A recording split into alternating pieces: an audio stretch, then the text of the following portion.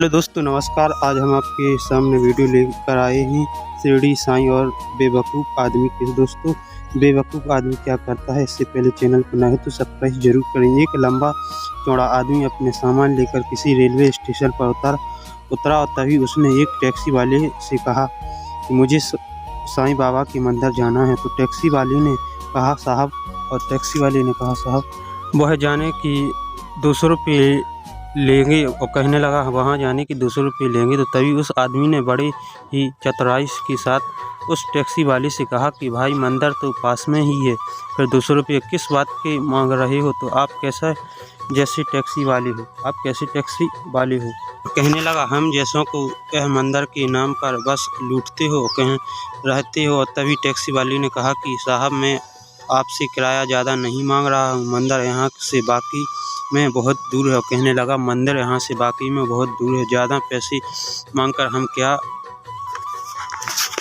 कहाँ जाएंगे? कहने लगा हम ज़्यादा पैसे मांग, आखिर मुझे भी अंत में ईश्वर को जवाब देना ही पड़ेगा। तभी उस चालाक आदमी ने बड़ी ही चालाकी के साथ उस टैक्सी ड्राइवर को कहा कि नहीं भाई, मैं तो आपके लिए 80 रुपये सिर्फ देंगे। कहने लगा हम आपके लिए सिर्फ 80 रुपये देंगे, चलाना हो तो चलो, वरना मैं तो शिरडी साईं 15 मिनट ही पैदल पहुंच जाऊंगा। तभी उस ड्राइवर ने सोचा कि मंदिर तो यहाँ से बहुत ही दूर है और बेवजह यह आदमी बहुत ही परेशान हो जाएगा। तभी ये सोचकर उस टैक्सी ड्राइवर ने उस आदमी के भले के लिए उससे कहा कि चलो कोई बात नहीं साहब, आप मुझे वहाँ जाने के 120 रुपये ही दीजिए। और कहने लगा मुझे वहाँ जाने के 120 रुपया दीजिए, मैं ये समझूंगा कि आज के थोड़ी कमाई कम हुई है, शायद साईं बाबा की यही मर्जी होगी। लेकिन वो लंबा चौड़ा बेवकूफ़ आदमी 120 रुपये से भी नहीं माना और वह अपना सामान उठाकर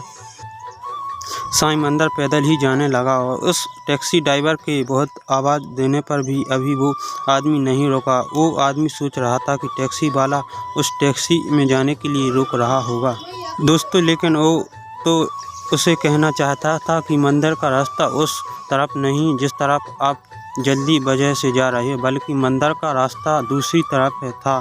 लेकिन वो आदमी तो बिना सुने ही साईं मंदिर से और भी दूर जाता रहा। अब वहाँ मंदिर से बहुत ही दूरी हो चुकी थी और वहाँ लंबा चौड़ा आदमी पैदल चलते चलते बहुत थक चुका था। तभी उसने एक टैक्सी वाले को दोबारा रोका और उससे कहा कि भाई साईं मंदिर के कितने रुपए लोगे? तो टैक्सी वाले ने कहा कि साहब, साईं बाबा मंदिर के यहाँ से 500 रुपये लेंगे और आखिरी टैक्सी है, इसके बाद आपको टैक्सी कल ही मिल पाएगी। इतना सुनकर उस लंबे चौड़े आदमी ने उस टैक्सी वाले से बहुत ही गुस्से में होकर बोला कि भाई, स्टेशन से ही मंदिर जाने के तो 200 लग रहे थे, मगर मैं तो स्टेशन से बहुत ही दूर तक पैदल ही आ गया हूँ, अब तो किराया थोड़ा कम लगना चाहिए। तभी वो टैक्सी वाला उस पर बहुत ही हंसते हुए बोला कि साहब, आपने दिमाग तो लगाया है मगर उल्टा।